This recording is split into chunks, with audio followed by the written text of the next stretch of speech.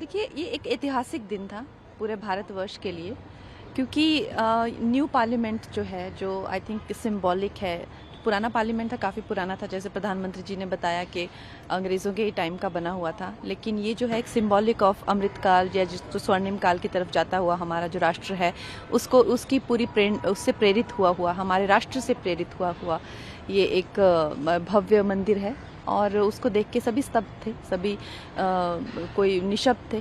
और चूँकि ये इतना ज़रूरी दिन था, और इस दिन जो भारतीय जनता पार्टी है वो किसी भी मुद्दे पे या किसी भी बिल पे बात कर सकती थी। और जैसे कि हर तरीके की अफवाहें भी उठ रही थी, चाहे वो कोई भी ट्रिवियल तो कोई भी मुद्दा नहीं होता है, लेकिन फिर भी उन्होंने महिला सशक्तिकरण को चुना और वुमेन एम्पावरमेंट को चुना और विमेन को प्रायोरिटी रखते हुए। तो इससे उनकी सोच का पता चलता है, तो उनकी विचारधारा का पता चलता है। और आई थिंक देश जो है बहुत ही कामयाब हाथों में है, क्योंकि जहाँ पे कहते हैं ना कि नारी का सम्मान होता है, वहाँ पे लक्ष्मी वास करती हैं। तो आई थिंक यही एक प्रेरणा मिलती है आज के सेशन से।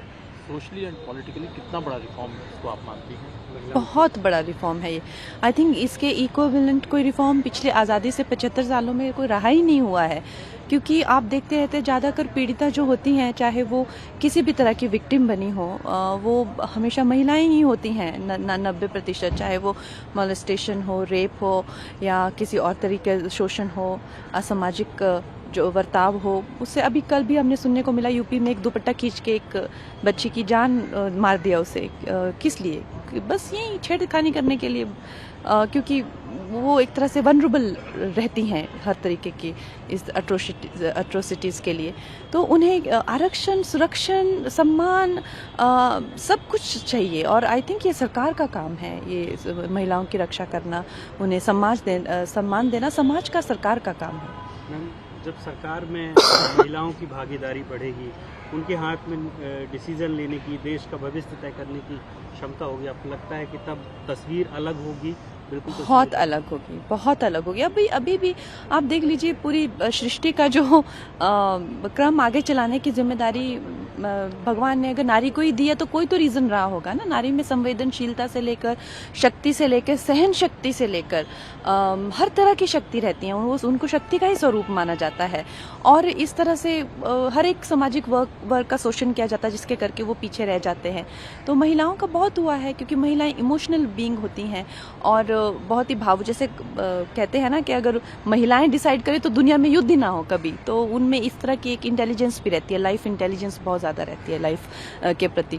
तो मेरा ये मानना है कि कहीं ना कहीं महिलाएं जो हैं, कुछ चीज़ों के करके, स्पेशली जो उनकी जिस तरह से भगवान ने उनको बनाया हुआ है, उसके करके, जैसे मैं हमेशा कहती हूँ कि अगर आज किसी को पॉलिटिकल करियर में जाना है तो वो कैसे इसमें जा सकते हैं, चाहे वो हमारे प्रधानमंत्री हो या अमित शाह जी, जो हमारे एक दिग्गज पॉलिटिशियन, वो कैसे बने हैं। उन्होंने बचपन से ही वो रैलीज में, रोड शोज में इवेंट्स करना या असिस्ट करना, उस तरह से है।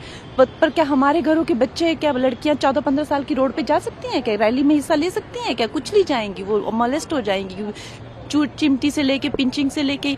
और ये सिर्फ भारत तक सीमित नहीं है, सारी दुनिया का यही नक्शा है, यही नमूना है।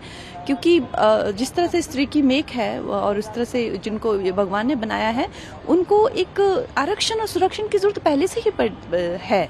तो ये आरक्षण बहुत ही ज़्यादा ज़रूरी है, ताकि एक इक्वालिटी समाज में आ सके। एक आखिरी सवाल आपसे कई बार ये सवाल पूछा भी जा चुका है, कई बार आप जवाब भी दे चुके हैं, लेकिन फिर भी हम देखें कि कंगना रनौत जो एक सशक्त महिला हैं, एक आप रिप्रेजेंट करती हैं देश की बहुत सारी महिलाएं, आप में शक्ति देखती हैं, आपको भी हम देखेंगे उसी पार्लियामेंट का हिस्सा। देखिए, अभी ये तो हम लोग, ये इतना बड़ा दिन है सारी महिलाओं के लिए, पूरे देश की महिलाओं के लिए, और ये विश्व में भी प्रेरणा देगा। हमारे देश की तो मैं कहूँगी इतनी बुरी हालत नहीं है। हमारे यहाँ पे तो शक्ति पूजा बहुत होती है, कन्या पूजा बहुत होती है। बाकी देशों की तो और भी, अमेरिका जैसे देश में कभी कोई प्रेसिडेंट वुमन रही भी नहीं, और कोई काबिल भी हो तो उन्हें पीछे रख के करा जाता है। हमारे यहाँ पे बहुत बड़ी बड़ी दिग्गज नेता रही हैं, प्रधानमंत्री रही हैं। तो बाकी विश्व को भी इससे प्रेरणा मिलेगी। अब इस बड़े दिवस को मैं अपनी किसी छोटी उपलब्धि से नहीं जोड़ना चाहती हूँ, और उसके बारे में बात करेंगे कभी, ऐसा जब समय आएगा। Thank you ma'am.